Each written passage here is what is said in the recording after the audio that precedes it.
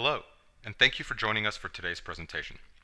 We will be covering what I think is the most important topic in the capital markets currently, which is understanding debt and debt cycles. My name is Loic Lemenner. I'm president of Opus Wealth Management, and I'll be your host for today's presentation. Before we get started, please take a moment to review this brief message by our compliance department. Let's jump right into a little bit of history. Since the end of 2007, the world has increased its debt by about $57 trillion when the size of the global economy is something like $75 trillion. This means that as of 2014, our total debt level is around $200 trillion or approaching 300% of global GDP. The catch-22 of this century is simply this.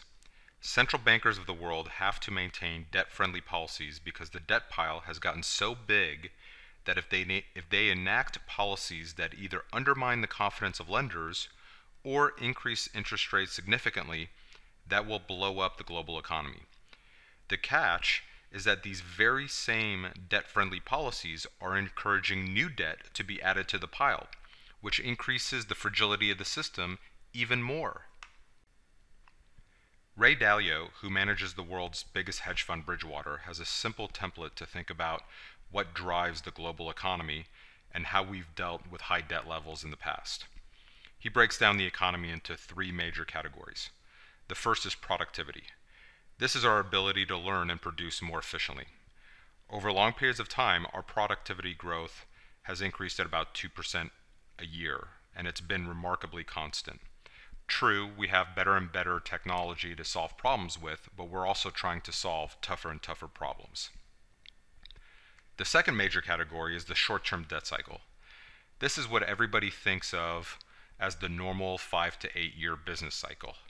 One key aspect of the short-term debt cycle is that as you go through multiple business cycles, you end each cycle with a little bit more debt than when you started, so over the long term, you're building higher and higher debt levels. The third major category is the long-term debt cycle.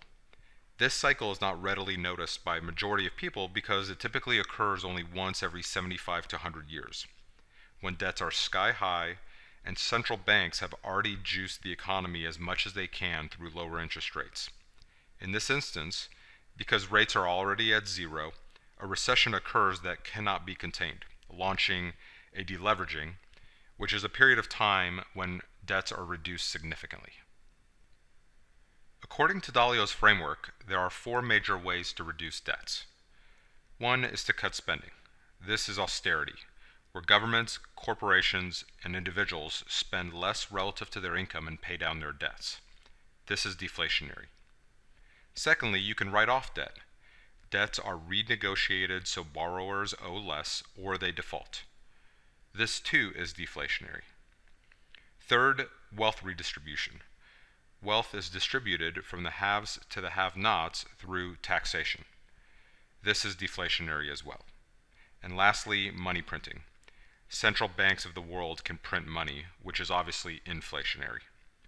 What Dalio calls a beautiful deleveraging is where you reduce your debt by using a combination of the four methods, balancing inflationary and deflationary forces so that you have a slow but positive economic growth while you work down your debts. Of course, this is an extremely difficult balancing act, and an example of a time where this was handled poorly is the Great Depression. To further understand debt, I'm going to break it down into three major categories: the good, the bad, and the ugly. The good is productive debt. Productive debt is the concept where you invest in something of value that will increase your income so that you can repay your debts and earn a profit beyond your debt repayment. For instance, if you borrow money to get an MBA at a highly prestigious university, you will end the program with substantially more debt than when you started, but presumably you'll earn a much higher income over your lifetime. This is a good thing.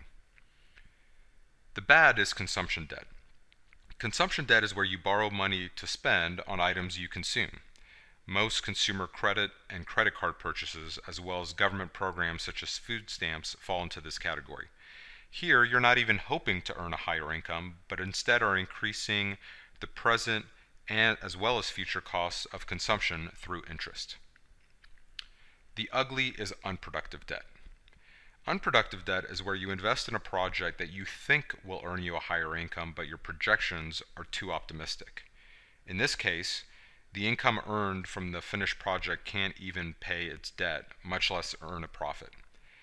In that circumstance, the borrower is often left with nothing, and the lender can often salvage some value, but the difference between the value of the loan and what the lender recovered is lost economic value. The difference between productive and unproductive investment is a matter of opinion in the short run. In the long run, as you see the results of a given project, they become crystallized into one of the two categories. This is why I call this type of debt ugly, because even though you think you're being productive, you could actually be weighing down your future with potentially trillions of dollars of bad debt without the income to service it. Now let's look at the current world and look at China. According to McKinsey Global Institute, China has grown their debts by the equivalent of $21 trillion since 2007. This is an astonishing number considering that Chinese GDP was $2.7 trillion in 2007. So they piled on over 7.5 times their 2007 GDP in debt in the following 8 years. For the US to do that, we'd have to borrow $136 trillion. Is it any surprise China's economy grew with that kind of spending? Is there any doubt that the US could have full unemployment and grow our economic activity at supercharged rates over that time? Of course, if we did that, we'd have to worry about the quality of that growth and what kind of debt hole we would have dug for ourselves. With growth that fast, how many projects would fall into the ugly category? If we agree that a command economy is less efficient than a capitalistic one, then the odds of efficient capital deployment in China are even worse. The main counter-argument, and one that is undeniably true, is that in 2007 there were a lot of projects in China that we would call low-hanging fruit. While this is undoubtedly true up to a certain point, everything in nature abides by a law of diminishing returns, and I assure you, this applies to Chinese debt growth as well. So what does this mean for us? Nassim Taleb of Black Swan fame tells us the story of the turkey. The turkey lives a happy life. His caretaker feeds him so that he gets fatter and fatter and he thinks he's won the lottery, living an easy life. The longer this goes on, the more the turkey is convinced the good life will continue. There's just one problem. He's now the fattest turkey on the farm, and tomorrow is Thanksgiving. I tell this story to illustrate that you can't naively extrapolate the recent past into the future. The central bank's Catch-22 must break at some point, and we're likely to go through some tough times. Buffett likes to say, predicting rain doesn't count, building arcs does. Very simply, I believe that anybody managing a portfolio today should be in the business of building arcs. Thank you for joining us for this presentation. We hope you found the information useful.